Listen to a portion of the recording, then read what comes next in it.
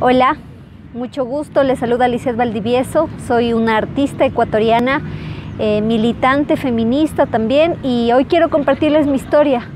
Primero agradezco infinitamente la invitación que me han hecho a este espacio, hermanas peruanas, chilenas, argentinas y bueno, mujeres que estén de otras latitudes y de otros países de acá, de los pueblos de Abya Yala.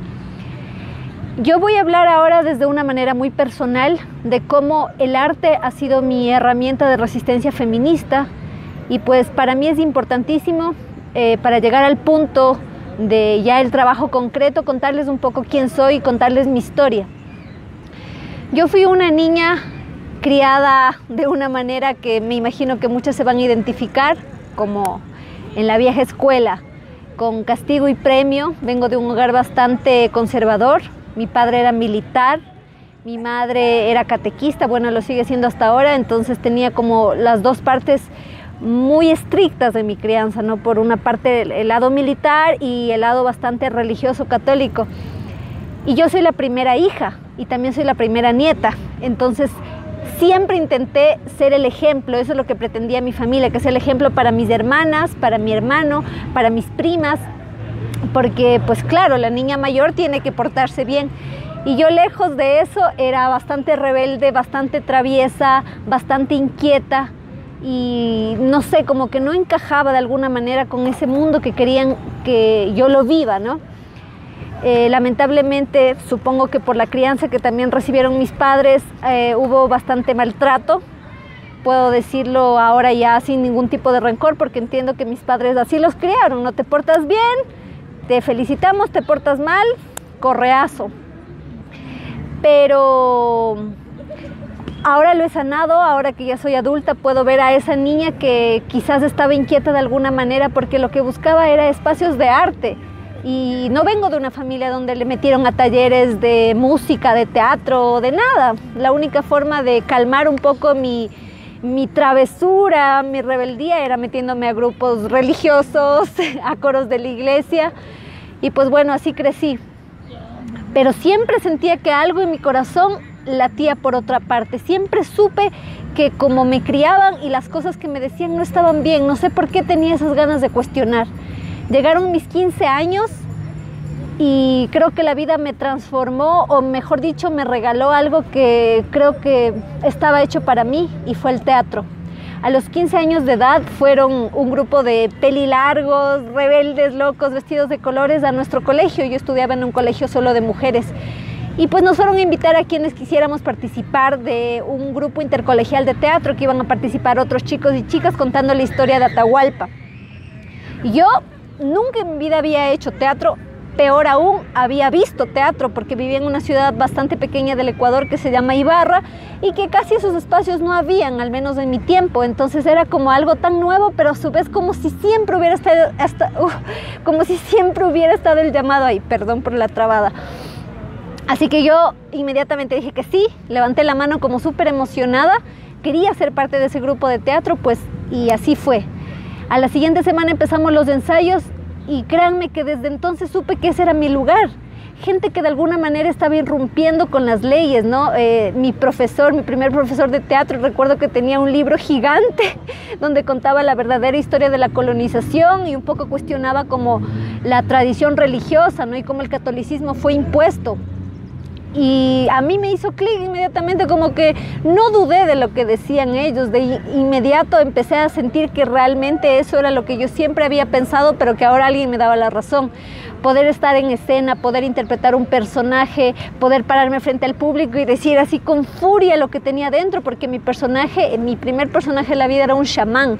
Era un hombre, de hecho, no me tocó un personaje, una mujer, era un chamán que un poco decía un texto muy de dolor por haber perdido las tradiciones ancestrales debido a la colonización.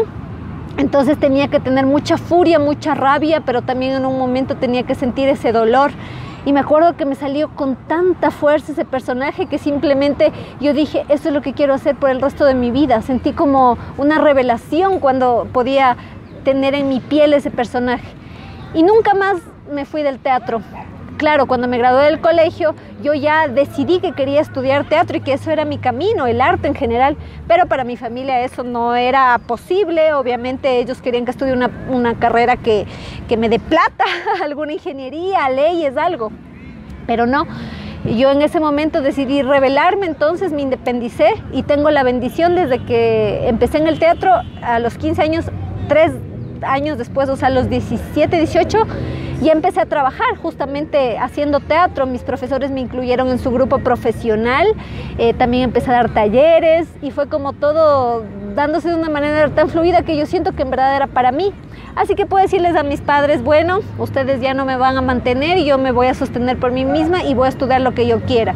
Igual para de alguna manera no causarles tanta intranquilidad, me puse a estudiar una carrera a distancia que es de comunicación social, que yo sabía que de alguna manera también me podía aportar en mi trabajo artístico.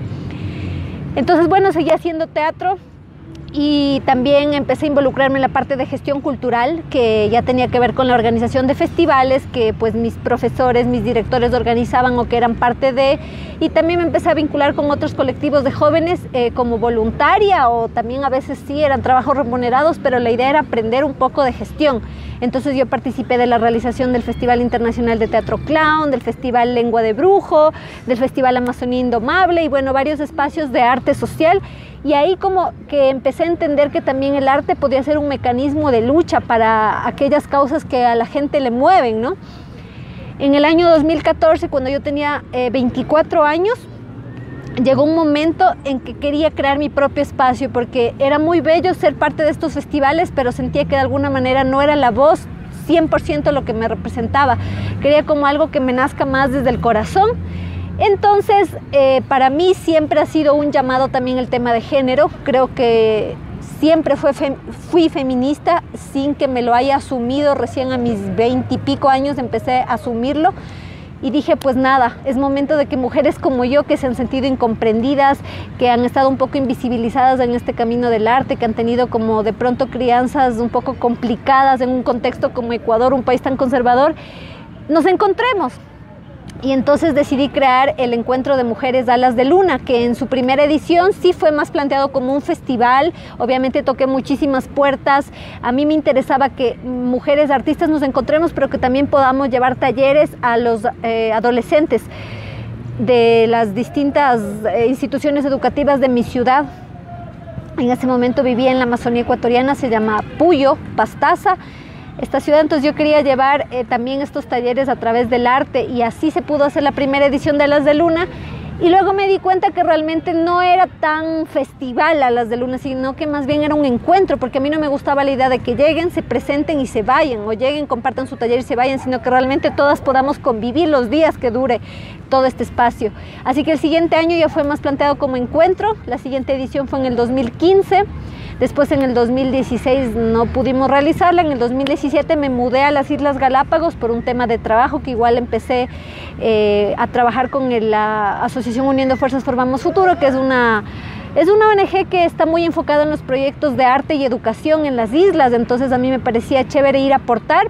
Pensé que iba a estar por 3 meses, me quedé de largo hasta el día de hoy. Y pues junto a ellos se sumaron más fuerza para poder hacer Alas de Luna con mucho más ímpetu, ¿no? Así que ahí se consolidó la idea de que sea un encuentro. Llegaron artistas de distintas ciudades, de distintos países, llevamos talleres de género, de visibilización del arte de las mujeres emergentes, y no solamente en el teatro, que es el arte que yo desarrollo, sino de todas las ramas de música, de pintura, de literatura, de muralismo, etcétera.